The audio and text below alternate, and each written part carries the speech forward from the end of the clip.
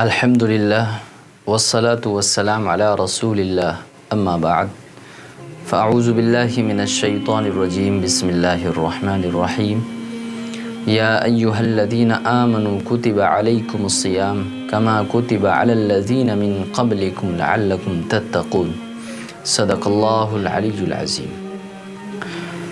ناظرین کرام،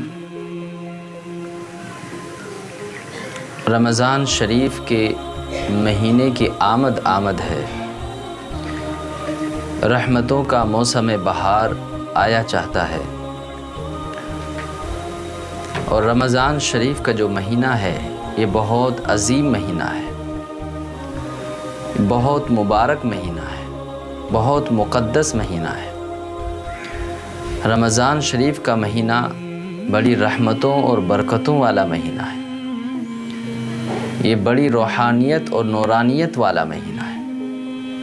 یہ مہینہ اتنا مبارک اور مقدس مہینہ ہے کہ اس مہینے کے اندر اللہ رب العزت جہنم کے دروازوں کو بند کر دیتے ہیں۔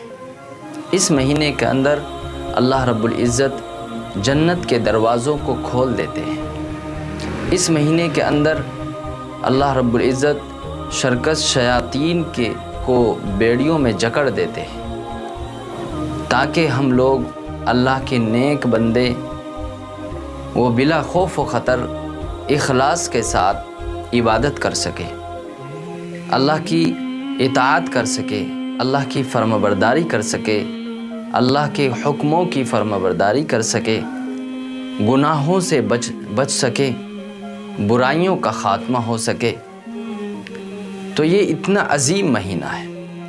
اس مہینے کے اندر نبی کریم صلی اللہ علیہ وسلم تمام مہینوں سے زیادہ عبادت فرمایا کرتے تھے، اور اس مہینے کے بارے میں ہمارے پیارے نبی حضرت محمد صلی اللہ علیہ وسلم صحابہ کرام کو تیاری کا حکم فرمایا کرتے تھے کہ اس مہینے کی تیاری کرو، اس مہینے کی ترغیب فرمایا کرتے تھے، اس مہینے کے فضائل بیان کیا کرتے تھے، اس مہینے سے متعلق خطاب اور وعظ و نصیحت اور تقریر فرمایا کرتے تھے۔ یہ اتنا عظیم مہینہ ہے۔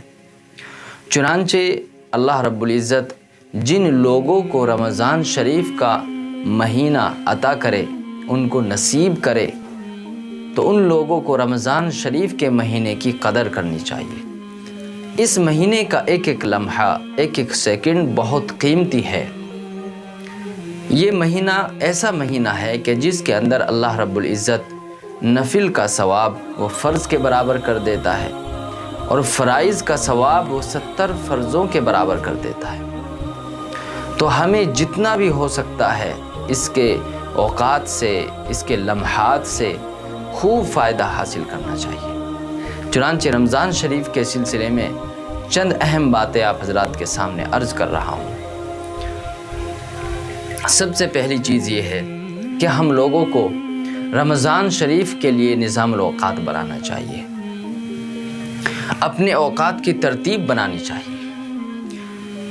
سب سے افضل بات تو یہ ہے کہ اگر ہو سکے رمضان شریف کا جو مہینہ ہے اس کو اپنے آپ کو اس مہینے کے لیے وقف کر دینا چاہیے کہ ہم لوگ صرف اس مہینے کے اندر اللہ کی عبادت کریں گے اور اس کے علاوہ اور کچھ نہیں کریں گے۔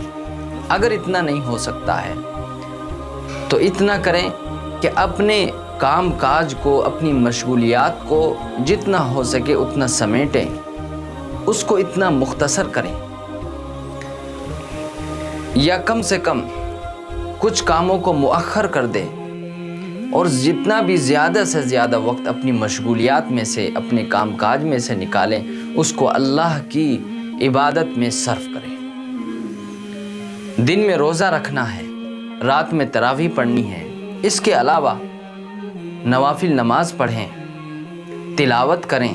قرآن کریم کا خاص تعلق ہے رمضان شریف سے، اس لیے رمضان شریف کے اندر خوب تلاوت کرنا چاہیے، قرآن کریم کو خوب پڑھنا چاہیے، ذکر و اذکار کریں، تسبیحات پڑھیں، اللہ سے خوب لو لگا کر دعائیں کریں، استغفار کریں، درود شریف پڑھنے کا خوب اہتمام کریں۔ اپنے لیے، اپنے بچوں کے لیے، پوری امت مسلمہ کے لیے دعائیں کریں، تو یہ رمضان شریف میں کرنے کے کام ہیں۔ اور الحمدللہ بے شمار مسلمان مرد اور مسلمان عورتیں یہ تمام کام انجام دیتے ہیں۔ دوسرا کام ہے رمضان شریف کے اندر جس کی طرف عام طور سے توجہ نہیں کی جاتی، جس سے عام طور سے غفلت برتی جاتی ہے، اور جو روزے کا مقصد بھی ہے، اور وہ ہے گناہوں سے بچنا۔ ہم میں سے اکثر مسلمان ثواب کا کام تو کرتا ہے، خیر کا کام تو کرتا ہے، نیکی کا کام تو خوب کرتا ہے، لیکن اکثر ایسا ہوتا ہے کہ ہم لوگ گناہوں سے نہیں بچتے، برائیوں سے نہیں بچتے، معاصی کا ارتکاب کرتے ہیں، منکرات کا ارتکاب کرتے ہیں، اللہ کی نافرمانی کرتے ہیں۔ تو رمضان شریف کے اندر اگر ہم نے نفلی عبادتیں کی ہوں یا نہ کی ہوں، اگر ہم لوگ رمضان شریف کے اندر تمام گناہوں سے بچ جائیں تو انشاءاللہ ہمارا یہ رمضان شریف کامیاب ہو جائے گا۔ اگر ہم نیک کام تو خوب کر رہے ہیں لیکن ساتھ ساتھ میں گناہ بھی کر رہے ہیں، تو پھر ہماری یہ تمام نیکیاں جو ہم نے رمضان شریف کے مہینے میں کمائی ہیں وہ سب ضائع ہو جائیں گی۔ اس لیے اس بات کی طرف خاص طور سے توجہ دینے کی ضرورت ہے کہ ہم گناہوں سے مکمل طریقے سے اجتناب کریں۔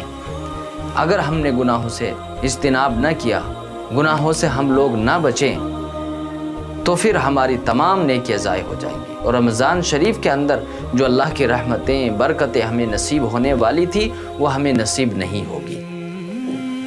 کیونکہ رمضان شریف جو ہے یہ انسان کا تربیتی کورس ہے، بہترین تربیتی کورس ہے۔ کیسے؟ اس مہینے کے اندر کتنا بڑا بھی گناہ گار ہو، خطا کار ہو، فاسق ہو، فاجر ہو، اگر وہ روزہ رکھ لیتا ہے اور وہ اپنے گھر کے اندر بند ہے، تنہا ہے، اور پیاس کی شدت نے اس کو پریشان کر رکھا ہے، فریج بھی موجود ہے، ٹھنڈا پانی بھی موجود ہے، اگر وہ پینا چاہے تو کسی کو خبر بھی نہیں ہوگی، وہ پی سکتا ہے۔ لیکن رمضان شریف کے اندر عام طور سے اکثر ایسا ہوتا ہے، چاہے کوئی کتنا بڑا بھی گناہ گار ہو، وہ روزہ نہیں توڑتا۔ رمضان شریف کے اندر ہر مسلمان کے دل میں اللہ کا استحضار ہوتا ہے۔ ہر مسلمان یہ سمجھتا ہے کہ اللہ مجھے دیکھ رہا ہے، چاہے کوئی مجھے دیکھے یا نہ دیکھے۔ میں اگرچہ مخلوقات سے بالکل طریقے سے محفوظ ہوں، کوئی مجھے نہیں دیکھ رہا ہے، ان کی نظروں سے اوجھل ہوں، لیکن اللہ مجھے ہر وقت دیکھ رہا ہے۔ تو یہ تربیتی ایک کورس ہے رمضان شریف کہ جس میں انسان کی تربیت ہوتی ہے، اللہ رب العزت کا خوف دل کے اندر آتا ہے، تقوی اور طہارت نصیب ہوتی ہے۔ تو یہی رمضان کا مقصد بھی ہے جس کو قرآن کریم نے بیان کیا ہے، لعلکم تتقون، تاکہ تمہیں پرہیزگاری نصیب ہو جائے، تاکہ تم متقی بن جاؤ۔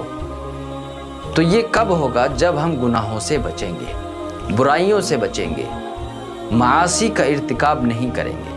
عام طور سے ایسا ہوتا ہے کہ ہم نے روزہ رکھا ہوا ہے، ہم غیبت بھی کر رہے ہیں، روزہ رکھا ہوا ہے جھوٹ بھی بول رہے ہیں، روزہ رکھا ہوا ہے میوزک بھی سن رہے ہیں، روزہ رکھا ہوا ہے فلم بھی دیکھ رہے ہیں، روزہ رکھا ہوا ہے اور ہم سود کھا رہے ہیں، شراب پی رہے ہیں، اور ہم لوگ جوا اور سٹہ بازی کر رہے ہیں۔ یہ تمام گناہ جو عام طور سے ہمارے ہوتے رہتے ہیں، جن کو ہم کرتے رہتے ہیں، ان تمام گناہوں کا ارتکاب ہوتا رہتا ہے۔